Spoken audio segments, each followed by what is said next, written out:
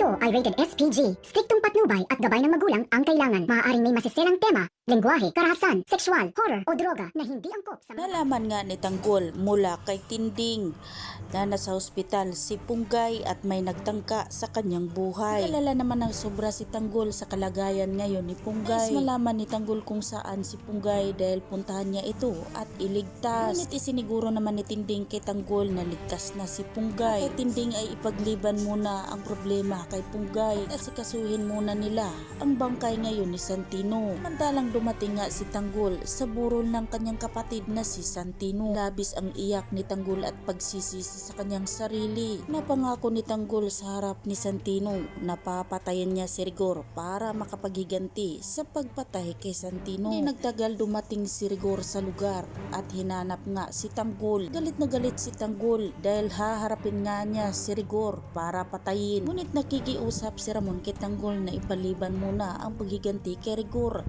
dahil maraming araw ang madadamay doon. Habang si Rigor ay galit na pumilit pumasok sa bahay ni Kong Mojica. Nagsisigaw nga si Rigor at hinanap kung saan si Tanggol. Walang sumasagot sa kanya kundi sinalubong ni Marites ng kaliwat kanan na sampal. Galit si Marites kay Rigor at sinabing hindi pa nga raw ito nakukuntento sa ginawa niyang pagpatay sa kanilang anak at ngayon ay manggugulo naman daw sa burol ni Santino. Ngunit hindi nga nakapagpigil si Rigor sa kanyang galit dahil gusto niyang ipalabas nila si Tanggol.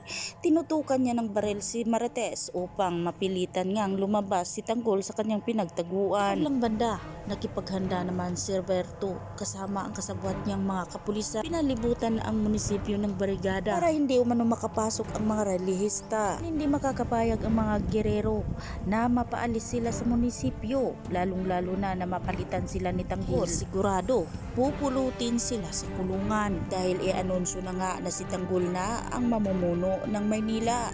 Nanginginig na nga sa takot ang mga gerero. Pipigilan pa kaya ng mga gerero ang pag-upo ni Tanggol bilang mayor? Yan ang ating pakatutukan at aabangan sa susunod pang mga kaganapan dito lang sa FJ Batang Quiapo.